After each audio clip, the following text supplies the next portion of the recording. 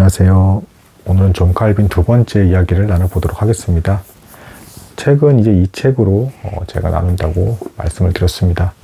방금 보여드린 책이 최신판 자서전이라고 볼 수가 있고, 칼빈의 유년 시절부터 비교적 상세하게 나온 책이라고 볼 수가 있겠습니다.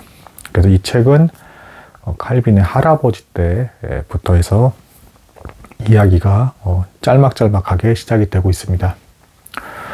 이제 우아르 강이라는 프랑스의 북부에 위치한 강으로서 한국까지 연결되는 그곳에 이제 코뱅이라는 한 남자가 살고 있었다고 합니다. 칼빈의 할아버지입니다. 이분이 뱃사공과 통을 만드는 수공업을 하면서 근근히 생활을 하셨던 것 같고요. 그래서 이분이 세 아들을 얻게 되었습니다. 근데 이 중에 두 아들이 각자 삶을 개척하기 위해서 다른 지역으로 떠나게 되고요. 여기서 남아있는 아들, 제라르 코뱅이라는 이 아들이 좀 두각을 나타내게 됩니다. 그래서 칼빈의 할아버지는 아들 중에서 이제 제라르 코뱅에게 집중적으로 교육을 시키게 되고요. 이 제라르 코뱅이 실제로 그 교육받은 거에 부응을 해서 이제 두각을 나타내서 이때 당시에 출세를 하기 위해서는 성직자들과 가까이 지내야 됐습니다. 근데 이 제라르 코뱅이 인간관계도 잘하고 일처리도 잘하는 편이어서 성직자들과 교류를 하다가 그 일대 성당에 헌금을 관리하고 재정을 맡게 되는 이런 일을 맡게 되었습니다. 그래서 돈도 많이 벌게 되고요. 또 명예도 얻게 되는, 그래서 마치 이제 귀족 대접을 받게 되는 그런 일이 벌어지게 되었습니다. 평민 집안으로서는 이제 엄청나게 신분 상승을 한 것이죠. 그래서 이 제라르 코뱅이 그런 자리를 차지하게 되니까 이제 마침내 혼사가 이제 들어오더랍니다. 혼사로 들어온 집안은 돈은 많은데 이제 신분은 이제 귀족은 아닌 그런 집이었다라고 합니다. 그래서 그 집에 이제 나이 어린 여인과 제라르 코뱅이 결혼을 하게 되고, 여기서 태어난 아들 중에 둘째 아들이 이제 그 존 칼빈이 되겠습니다. 이때는 성을 코뱅이라고 썼겠죠. 참고로 존 칼빈은 영문식 이름이 되겠습니다. 아무튼 둘째 아들이었는데, 여기서 이제 주목해야 될 부분은 의외로 이제 그 칼빈의 아버지, 제라르 코뱅은 첫째 아들에 대해서는 이제 공부를 시키는 것을 거의 포기했다. 그리고 둘째 아들인 칼빈에게 이제 집중하기 시작했다. 이 기록이 되어 있습니다. 그 이유는 이 칼빈이 학교를 다녀봤더니 기억력도 우수하고 이해력도 굉장히 좋으며, 그리고 글도 잘 쓰는 훌륭한, 그리고 특히 인문학적인 소양이 매우 뛰어난 그런 소녀님이 이제 밝혀지게 되었습니다. 그 집안에서 공부를 가장 잘했던 거죠. 루터도 마찬가지였죠. 루터도 집안에서 형제들 중에서 가장 공부를 잘하는 사람이었습니다. 그래서 이 제라르 코뱅은 칼빈을 우선은 카톨릭 관련 수사로 이제 키우려고 했던 것 같습니다. 칼빈 아래에도 아들들이 있었어요. 그러니까 집안 자체를 재력 가문으로 키우려고 하는 그런 이제 욕심이 있었던 것으로 이제 보여집니다. 그래서 이제 그와 관련된 교육을 시키기 위해서 여기저기 찾다가 어느 이제 귀족 집안의 자제들과 교류를 하게 되고, 그 집안에 이제 이 존 칼빈을 거의 맡기다시피 보낸 기간이 있습니다. 이 기간 동안에 칼빈은 귀족들과 이제 생활을 하면서 이제 자기도 모르게 귀족적인 생활 양식과 사고 방식, 그리고 예의 범절을 갖추게 되는 이제 그런 과정을 밟아가게 됩니다. 그러고 나서 이제 그 이후에 이제 곧바로 이제 대학을 간 것은 아니고, 대학 준비 기간 중에 이제 대학에 들어가기 위해서는 기본적으로 라틴어를 반드시 익혔어야 됐어요. 그래서 그 라틴어를 준비하는 학교에서 아주 치열하게 이 라틴어 공부를 시작하게 됩니다. 근데 여기서 이제 하나님의 또 이제 놀라운 섭리가 있는데요.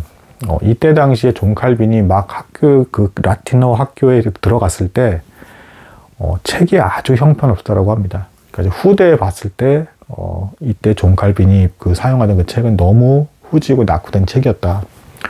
그리고 교육도 엉망이었고, 그래서 이제 막 들어가서 존 칼빈이 잘못된 교육을 받을 뻔한 상황이었는데, 신기하게 이제 존 칼빈이 가장 낮은 학년이었을 때 가장 윗학년을 가르치는 선생님 중에 한 분이 정말 이 라틴어 교육은 이 학교는 엉망이다라고 생각을 해서 자기가 이제 고학년을 맡고 있는데 아래에서 올라오는 애들이 너무 기초가 형편없다 이렇게 판단해서 자진사에 저학년으로 내려와 버렸다고 합니다. 그리고 이 사람이 프랑스에 이제 나중에 라틴어 관련 교재를 내는데 그 교재가 19세기 초까지도 이제 사용됐다고 합니다. 그만큼 라틴어에 능숙한 뛰어난 선생님이 때마침 존 칼빈이 학교에 입학했을 때 들어왔던 것이죠. 이때 1500년대 프랑스는 라틴어가 영어나 다름이 없었던 거고요. 이 라틴어를 너무 잘해야 법학이나 의학이라든가 기타 이제 인문학 관련해서 돈이 되는 공부에 있어서 아주 이제 두각을 나타내면서 연결져서 잘 공부할 수 있는 아주 중요한 언어였습니다. 근데 칼빈은 이 일을 두고 나중에 회상을 하기를 이 선생님을 기억을 하면서 30년 뒤에 자신이 성경 주석서를 쓰면서 서문에 언급을 합니다. 그러면서 이 선생님을 만났기 때문에 내가 잘못된 라틴어 교육을 하는 곳에서도 기초 자체를 이분이 내가 정형때 탄탄하게 잡아주셔서 흔들리지 않고 잘 배울 수가 있었다라는 감사의 표현을 하는 고백을 합니다. 칼빈이 또한 이제 회상하는 것 중에 조금 주목할 만한 것이 칼빈이 본격적으로 교육을 받기 전에 그 집은 양쪽에 노트르담도 이제 성당이 있었고 한쪽에도 또 성당 관련된 양식 건물이 있었는데 이때 그 조각상들이 주변에 그렇게 많았답니다. 이제 원래 그 천주교에서는 조각상을 많이 권장을 해요. 그리고 특히 이 칼빈이 학교를 다니거나 교육을 받은 시기 때는 더 그랬습니다. 왜냐하면 이제 글을 읽지 못하는 사람이 너무 많았기 때문에 이런 동상물을 통해서 뭔가 느낌을 받으면 그렇게라도 하나님과 가까워질 수 있다라는 식의 이제 주장을 폈던 거예요. 그러니까 글을 읽지 못하는 사람들에게 동상, 조각상들이 이제 일종의 이제 책과 같은 역할을 할 수가 있는 것이다라는 식의 주장을 폈던 거예요. 근데 이제 칼빈은 나중에 아시겠지만 종교개혁 때 그런 조각상을 사용하는 것에 다 이제 없애버리겠잖아요. 그 이유가 이 어린 시절의 추억을 말할 때도 나옵니다.